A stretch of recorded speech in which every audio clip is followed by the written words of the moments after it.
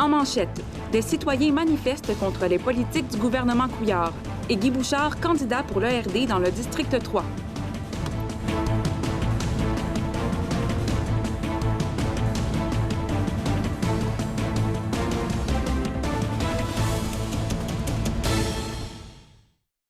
Bonsoir, mesdames et messieurs, et bienvenue à ce web journal du mardi 21 février. Une vingtaine de manifestants sont entrés dans les banques du centre-ville de l'arrondissement de Chicoutimi plus tôt aujourd'hui afin de dénoncer les inégalités sociales et les politiques fiscales du gouvernement Couillard. Derek Dorty, quels étaient ces organismes? Oui, eh bien, Sarah, les organismes qui étaient présents à cette manifestation, donc, c'est chapeauté par la coalition Main Rouge. C'est un organisme d'envergure provinciale qui milite pour les droits des gens les plus pauvres dans notre société. Donc, ils commettent des actions partout au Québec ces temps-ci, notamment à Montréal, Sherbrooke et ici à Saguenay. On peut écouter leur porte-parole qui nous fait part de ses doléances. Nous, on ne fait pas que lutter et chialer, on propose des solutions réelles qui sont applicables. Donc, le gouvernement, ça fait déjà plusieurs années qu'on propose cette plateforme de revendication et je pense que le gouvernement devrait adhérer. Et puis, concrètement, que revendique-t-il? Eh bien, cet organisme-là revendique une plus grande équité en termes de tout ce qui est dans la société, la politique fiscale, par exemple, trouve que le gouvernement Couillard fait juste promouvoir les inégalités sociales. L'organisme prône aussi un réinvestissement massif en éducation et en tout ce qui a trait au filet social du Québec. Et puis, où sont-ils allés? Eh bien, la vingtaine de personnes qui étaient là se sont rendues à la banque RBC, la banque CIBC, ainsi qu'à Desjardins et à la banque TD. Donc, c'est tous des banques là, sur la rue Racine et ils ont fait des dance-in. Et qu'est-ce que dance-in? Eh bien, un dance-in, si vous voulez, c'est un peu le même principe que le sit-in, si vous connaissez l'histoire de Sonia Côté. Donc, ils sont allés à l'intérieur des banques, ont fait des petits discours là, qui faisaient justement part de leurs revendications, puis ont dansé leur mécontentement. Ont-ils bon espoir de se faire entendre par le gouvernement? Eh bien, je vous dirais qu'ils sont assez sceptiques. J'ai parlé à la directrice de l'organisme Accès Conditions Vie Lac-Saint-Jean, Manon Girard, et elle dit que ça fait déjà plus de 2 ans que l'organisme milite farouchement. Donc, on peut l'écouter. Le gouvernement Couillard annonce des surplus budgétaires, mais n'annonce pas de gros réinvestissements dans les services publics et le filet social, l'éducation. Nous, on trouve que c'est aberrant. Qui entendent le peuple, le Québécois, dire « ça suffit ». Il n'y a personne qui s'enrichit, sauf les riches actuellement. C'est comme ça. Merci beaucoup, Derek. Au plaisir. Le ministère de l'Environnement a tranché. Graphic Packaging devra assurer la décontamination du terrain de l'ancienne usine Cascade, même si le terrain appartient au groupe Bayshore. L'entreprise doit toujours fournir un complément d'études de sol au ministère, ainsi qu'obtenir l'approbation de son plan de réhabilitation. Les travaux de décontamination pourront être amorcés par la suite. Le coût de l'opération est inconnu jusqu'à maintenant. Les visites sont permises à nouveau depuis ce matin au centre d'hébergement Sainte-Marie de Jonquière. En raison d'une éclosion de gastro-entérite, les visites aux patients étaient interdites depuis le 12 février. Elles étaient également suspendues à l'hôpital de Jonquière la semaine dernière. L'homme d'affaires Guy Bouchard a été nommé candidat de l'équipe du Renouveau démocratique pour le district 3 de l'arrondissement de Jonquière. M. Bouchard envisage une année de changement pour 2017. C'est ce qu'il a dit hier lors de sa soirée d'investiture. Marie-Pierre Leboeuf. J'envisage maintenant de mettre mes énergies au service des citoyens et des citoyennes de mon district. Âgé de 63 ans, Guy Bouchard a travaillé en tant que conseiller en sécurité financière et à l'entreprise privée Transmeuble. Le candidat sera en compétition avec la conseillère sortante Sylvie Gaudreault et a d'ailleurs présenté ses 2 priorités pour l'arrondissement de Jonquière. La partie première, c'est de créer des emplois. Puis après ça, pour redonner un dynamisme au niveau des centres-villes puis au niveau des artères principales. À de nombreuses reprises, M. Bouchard a également rappelé l'importance de travailler avec la relève. On va essayer de travailler des projets avec des jeunes. Moi, je connais beaucoup de jeunes entrepreneurs. On va faire une table ronde avec les entrepreneurs qui sont de mon âge, des jeunes entrepreneurs, pour bâtir une bonne équipe, pour trouver des bons projets. Si le RD remporte les élections de novembre 2017, ce sera sous une gouvernance transparente. Puis je ne veux pas décrire ce qui se passe actuellement, mais je pense que le citoyen a besoin d'être consulté. Il a besoin de savoir aussi puisque les investissements s'en vont aussi. Là. On peut pas jouer. Il faut être transparent. Il faut avoir une gouvernance excessivement transparente. La chef de l'ERD se dit parfaitement consciente de l'année de défis qui l'attend, mais elle reste en confiance de ses moyens. Cette ville, elle a besoin de renaître. Elle a besoin de se faire remettre sur ses rails. Et je crois qu'en 2017, le 5 novembre 2017, il va y avoir un changement et que c'est l'ERD qui va l'opérer. Si Jonquière a déjà son candidat, plusieurs autres restent à être annoncés pour les prochains districts. Mais Josée Néron se dit très confiante, mais surtout très fière de son équipe. Marie-Pierre Leboeuf pour ATM Nouvelles à Saguenay. La porte-parole du Comité pour un Vaudreuil durable, Lana Penneau, soutient que le ministre de l'Environnement, David Hurtel, pourrait avoir recours à son pouvoir discrétionnaire et exiger la tenue d'audiences publiques sur l'environnement, considérant l'ampleur du projet. Jusqu'à présent, aucune séance du BAP n'est prévue pour le projet d'agrandissement du site de Bourrouge à l'usine Vaudreuil. C'est du moins ce qui a été mentionné hier par le premier ministre Philippe Couillard lors de son passage à Saint-Honoré. La corporation L'Activité Pêche Lac-Saint-Jean a commencé depuis quelques jours l'aménagement des frayères sur la rivière Mistassini. Ce projet pilote, qui est une première mondiale, a pour but de favoriser la reproduction des éperlans et ainsi accroître la population de Wananiche. Amélia Chasseur-Chartier, en quoi consiste ce projet? En fait, ce sont 25 îlots de pierre d'environ 12 mètres de large et de 15 à 16 mètres de long, qui sont situés près des îles aux pins à Dolbeau-Mistassini. Ces galettes de pierre ovales d'une épaisseur d'environ 1 mètre permettront aux éperlans de se reproduire et en fait d'assumer la reproduction aussi des Wananiche. Et pour quelle raison la production d'éperlans est insuffisante? En fait, ils se reproduisent dans des fonds de sable et c'est en fait la pire substance car les grains de sable sont emportés lors des courants printaniers. Ils se reproduisent habituellement dans des ruisseaux de gravier, mais il y en a très peu.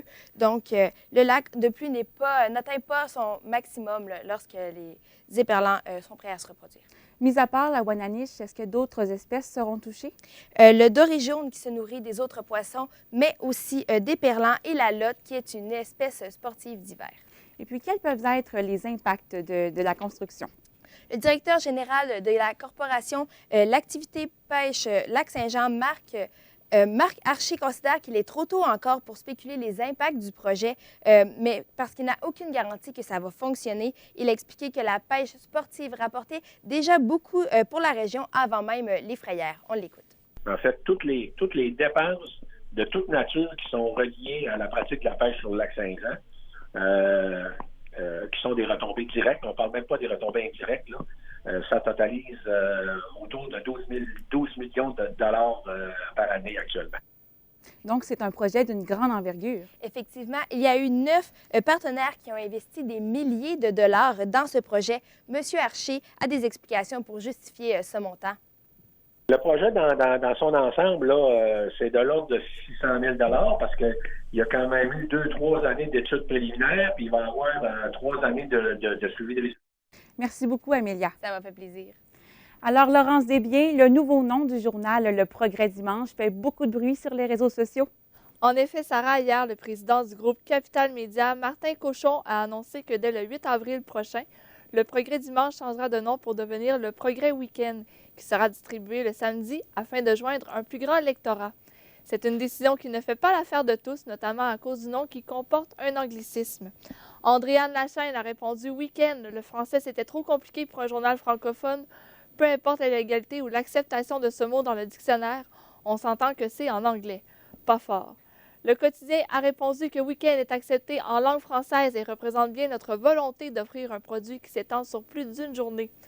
Certaines personnes s'inquiètent aussi sur le futur des camelots. C'est le cas de Samuel Tremblay qui dit à la toute fin de son commentaire qu'il a l'impression que le quotidien jette les camelots tout bonnement sans mentionner l'excellent service qu'ils ont offert. Également, la chronique de Phil Desgagnés du quotidien concernant la construction d'un nouvel amphithéâtre plutôt que la rénovation du centre Georges Vézina fait aussi réagir. Cette fois-ci, les commentaires sont partagés. Marlène Desbiens dit que l'argent est limité, bien plus besoin de réparation d'asphalte que d'un fichu Arena. Mathieu Boivin continue en disant qu'on devrait tout prendre le budget municipal et l'injecter dans le système de santé. Par contre, Christian Simard est parfaitement d'accord, il faut que Saguenay se dote d'un aréna des années 2000. Toutes les autres grandes villes le font. En politique maintenant, l'ex-procureur de la commission Charbonneau, Sonia Lebel, devient chef du cabinet adjointe du leader de la CAQ, François Legault. Sonia Lebel souhaite que le travail accompli durant la commission ne tombe pas dans l'oubli. C'est d'ailleurs ce qui l'a motivé dans sa décision. François Legault a expliqué qu'il a confié à Mme Lebel le mandat de faire des propositions afin de mieux lutter contre la corruption. Et maintenant, pour terminer, je vous laisse sur des photos assez loufoques de Donald Trump miniature. C'est une nouvelle tendance qui enflamme le web depuis quelques jours. Il suffit d'utiliser le mot-clic Tiny Trump pour accéder à des photos de Donald Trump format mini et ça donne des situations assez cocasses. Voilà, Sarah, c'est ce qui a retenu mon attention sur la toile aujourd'hui. Le maire de Roberval, Guy Larouche, s'est prononcé hier en faveur de la révision du tarif d'immatriculation des motos lors de la consultation publique sur la sécurité routière. Il prétend qu'il ne faut pas contraindre inutilement les motocyclistes. Evelyne Auger, quels seraient les avantages reliés à l'usage de la moto? Eh bien, selon le maire de Roberval, Guy Larouche, la moto serait un moyen de transport qui contribuerait à diminuer l'usure des routes, notamment parce que la moto est beaucoup plus légère que les automobiles. Il souligne d'ailleurs que la moto est une solution à plusieurs problèmes urbains. On peut l'écouter à ce sujet. Et dans plusieurs pays du monde, la motocyclette fait partie intégrante d'une solution vraiment à la congestion urbaine. Si on compare au niveau consommation, exemple de carburant, bien, les coûts en carbone seraient vraiment très avantageux. Et également, l'immatriculation des motosports serait trop élevée, selon lui, parce qu'une motosport, ce serait un véhicule qui serait plus malléable et donc ça rendrait les manœuvres d'urgence beaucoup plus rapides et beaucoup plus faciles. Il a également soutenu son point en rappelant que 70 des accidents impliquant des motos avaient pour cause des automobilistes. Et le représentant régional de l'Union des producteurs agricoles, Gilles Brassard, s'est également prononcé. Oui, il a dit que les gens n'étaient pas suffisamment sensibilisés au triangle rouge à l'arrière des tracteurs agricoles, ce symbole qui permet aux automobilistes le dépassement par la gauche sur les routes, autant sur les lignes pleines que sur les lignes pointillées. Et il a également constaté beaucoup d'impatience de la part des automobilistes en raison de la limite de vitesse maximale imposée aux tracteurs agricoles qui est de 40 km/h. Il souhaite que la SAC fasse une campagne de sensibilisation pour dire aux automobilistes ce que représente le travail agricole. Il affirme que le triangle rouge n'est pas suffisamment vu dans les cours de conduite. D'ailleurs, l'UPA souhaite prendre une initiative en ce sens. On peut écouter M. Brassard. On a un petit projet là, qui est en branle. On est en train d'essayer de rencontrer les contrôleurs routiers pour monter le projet comme il faut, mais c'est comme un porte-clés avec un message dessus qu'on veut donner à monsieur, madame, tout le monde. Merci beaucoup, Evelyne. Je vous en prie. La deuxième édition du Festi-Rire s'amorce ce soir à l'espace Côté-Court de Jonquière. À nouveau cette année, la population aura droit à quelques-uns des meilleurs humoristes du Québec. Pour nous en parler, mon collègue Guillaume Pelletier s'est entretenu avec l'instigateur du festival, Brandon Girard. Brandon Girard, bonjour. Bonjour, bonjour. Tout d'abord, qu'est-ce que c'est le Festi-Rire et d'où vient le nom? Le Festi-Rire, c'est quoi? C'est le tout premier festival d'humour qui a eu lieu au Saguenay-Lac-Saint-Jean. C'est un festival où on rassemble tout plein d'humoristes dans un même gala. Par exemple, il va y avoir 4-5 humoristes dans une même soirée lors d'un spectacle. C'est comme un peu, je dirais, Juste pour rire et Comédia qui fonctionne super bien à Montréal, Québec présentement. C'est le tout premier festival d'humour à la région et c'est la deuxième édition présentement. Et pourquoi on a décidé de faire ça à Jonquière? À Jonquière, tout d'abord, Jonquière, le Saguenay, c'est une région humoristique. Le monde aime rire, le monde aime avoir du fun, le monde aime avoir du plaisir. Ah ouais, c'est bien. Et tu sais, il n'y avait pas vraiment de festival à Jonquière. Il y avait des festivals, il y a des festivals de musique, il y a des festivals de jazz, des régates qui fonctionnent super bien au Saguenay-Lac-Saint-Jean présentement, mais il n'y avait pas vraiment de volet humoristique. Donc, ça faisait longtemps que j'avais pensé à ça, de créer un festival d'humour Mais c'est l'an dernier qu'on a créé la première édition du Festi-Rire. Ça a été un succès incroyable et c'est pour ça qu'on revient cette année à force. L'an dernier, vous avez eu un succès incroyable, vous le dites. Il y avait des gros noms, il y avait les Denis Drolet, il y avait Pierre Hébert. Qu'est-ce qu'on a comme attente pour la deuxième année? La deuxième année, on a des attentes, c'est-à-dire on voulait grandir le Festi-Rire. On voulait mettre un peu plus de show. On voulait faire ça sur une semaine au complet. Donc, c'est réglé pour la semaine. Ça va avoir lieu du 21 au 25 février. Ça commence ce soir au lancement officiel du Festi-Rire. Donc, cette année, on a visé vraiment l'aspect de la relève dans les centres-villes de Jonquière pour le volet Comedy Beach. Okay? Le terme cette année, c'est Comedy Beach. Et on a le gala, comme on a fait l'an dernier, au Cégep de Jonquière avec François Morancy, François Mascotte, Nif et Chiché qui est notre porte-parole cette année. Autre que ces artistes-là, quels artistes sont invités là, dans le cadre du festival? Oui, on a ce soir sur invitation, on a Sam Breton. Demain, à la Voix maltaise de Jonquière, on va avoir Guillaume Pinault et Julien Lacroix, qui est un humoriste incroyable. Jeudi, à l'Opéra de Jonquière, on va avoir Louis T et Maud Landry. On a également un show vendredi au Cocotier de Jonquière à Sorrento avec Yannick de Martineau et François Bouliane.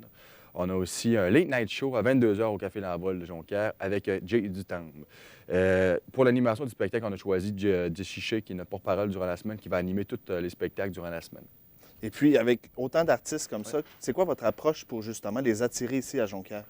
Les attirer à Jonquière, c'est très facile. Okay? Les artistes viennent à la région, ils aiment avoir du plaisir. Puis, quand ils viennent à la région en one-man show, okay, je vous dirais que plusieurs spectacles sont pleins ici au Saguenay. On est vraiment une région où on adore faire de l'humour. Donc, les gens qui descendent de Montréal, qui descendent de Québec pour venir faire un spectacle ici ont toujours du plaisir. Je ne sais pas qu'est-ce qu'on a, les Saguenayens, mais on a quelque chose vraiment dans notre cœur en tant qu'humour.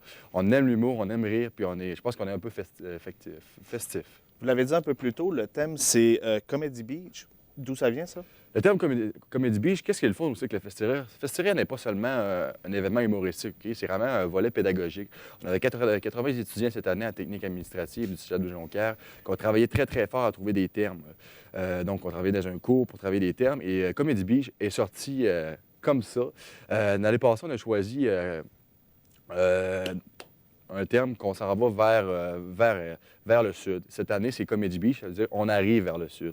L'année passée, c'était Air Comédie, donc on part en avion, on part dans le sud. Cette année, on est arrivé à la destination et c'est comme ça qu'on a choisi le terme. Vous avez nommé le nom de plusieurs humoristes de la relève. Est-ce que c'est quelque chose qui est important pour vous de faire une place à la relève et peut-être aux humoristes de la région ici? C'est très, très important pour nous de base. Les humoristes de la région, on a vraiment quand même un créneau très, très solide en humoristes de la région. On parle de Philippe Laprise, on parle de Mario Jean, qui est des humoristes très connus, Michel Barrette également. Donc, les humoristes de la relève, les humoristes de la région, c'est très, très important pour nous de faire une place dans notre festival pour pouvoir, qui perce évidemment à Montréal, Québec. Est-ce que vous avez eu des défis au niveau de la logistique, justement, avec tous ces humoristes-là ou des choses comme ça? Des défis logistiques? Par exemple, est-ce que vous avez des problèmes peut-être à les loger? Est-ce que à les amener ici? Est-ce qu'il y a des cachets qui sont offerts? C'est sûr que les amener à la région, le cachet il est différent que, par exemple, un show à Québec. C'est pas le même cachet parce qu'il faut qu'ils déplacent vraiment toute leur équipe pour venir en région. Mais ça a été, je vous dirais, on a travaillé très fort pour les avoir et je suis très, très content d'avoir la belle panoplie d'humoristes qu'on a ici au Festi-Rire.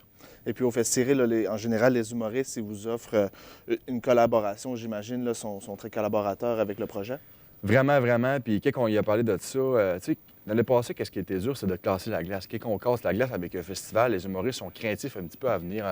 Mais c'est quoi ça? Ils ont toujours peur. Donc cette année, l'an dernier, on est arrivé à force. Cette année, ça a été plus facile d'approcher des humoristes. Et c'est pour ça qu'on a aussi une belle panoplie d'humoristes comme ça. Et pour les gens qui aimeraient justement participer à l'événement, assister à des spectacles, comment on s'y prend? Je vous dirais, lors des événements durant la semaine, je vous dirais, c'est pratiquement complet dans tous les soirs. Il reste le gala du Comedy Beach à la salle François Brassard du Cégep de Jonquière. Il reste quelques places aussi, des bonnes places disponibles. Réservez vos billets au diffusion.saguenay.ca au coût de 33 $ après vente. Puis si des fois vous dites que la semaine vous voulez avoir un spectacle, aucun problème, il reste quelques places dans les restaurants. Donc simplement réservez la place d'avance.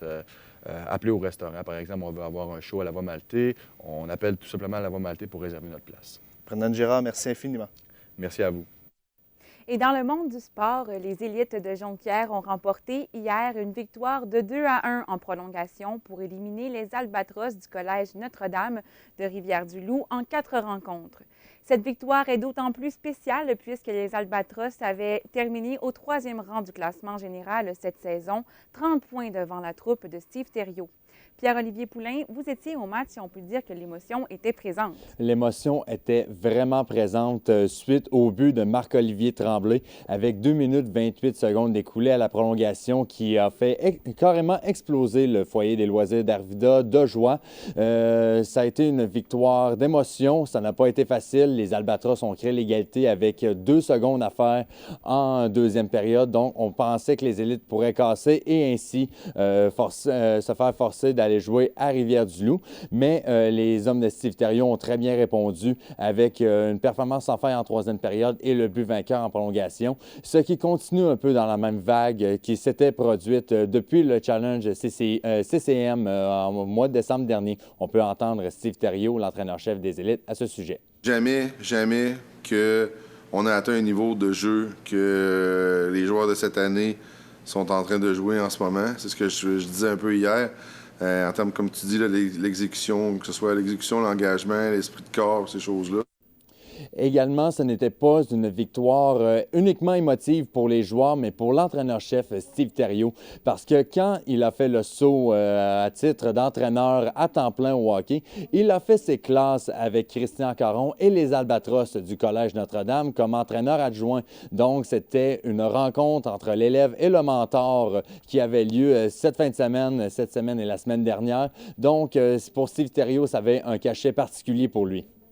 Est-ce qu'on connaît les prochains adversaires des élites? On ne connaît pas encore l'adversaire en deuxième ronde des élites de Jonquière. 3 séries sont encore à jouer demain soir et qu'elle va se conclure durant la soirée. 5 scénarios possibles pour les élites, soit les champions du classement général, le Blizzard du Séminaire Saint-François, le Phoenix du Collège Esther-Blondin, les Riverains du Collège Charlemagne, les Estacades de Trois-Rivières qui n'avaient pas joué en première ronde suite à leur victoire au Challenge CCM et les Commandants de Lévis. Donc, plusieurs scénarios sont encore possibles pour les élites. Et puis, malgré le défi qui les attend, on sera prêt du côté de Jonquière? Peu importe l'adversaire qui sera contre les élites, la troupe de Steve Thériault sera prête. Souvent, elle va faire figure de négligé, donc elle va jouer sans pression. D'ailleurs, c'est ce qu'a corroboré Steve Thériault également. C'est le fun d'être les négligés. Ça permet de ne pas avoir nécessairement de pression supplémentaire ou d'avoir un mauvais stress. Juste un niveau d'excitation qui est normal. Puis je pense que c'est un peu pour ça aussi qu'on voit notre meilleur. Merci beaucoup, Pierre-Olivier. Ça m'a fait plaisir. Alors, à la météo, Rosalie, le temps doux se poursuit? Oui, Sarah, encore une fois, cette semaine, on est largement au-dessus des normales de saison avec un maximum de -1 degré Celsius. Ça s'est ennuagé un peu dans l'après-midi et ce soir, on attend 60 % de probabilité d'averses de neige qui vont se transformer en pluie verglaçante jusqu'à tard dans la nuit. Il y a des vents qui vont souffler de 40 km/h provenant de l'est. Par contre, la température reste stable autour de -1 degré Celsius. Pour demain, on attend plus 4 degrés Celsius avec encore une fois des probabilités d'averses. C'est nuageux, mais les températures restent tout de même très agréables. À vous, Sarah. Voilà, mesdames, messieurs, c'est ce qui met fin à ce web journal. Bonne soirée, à demain.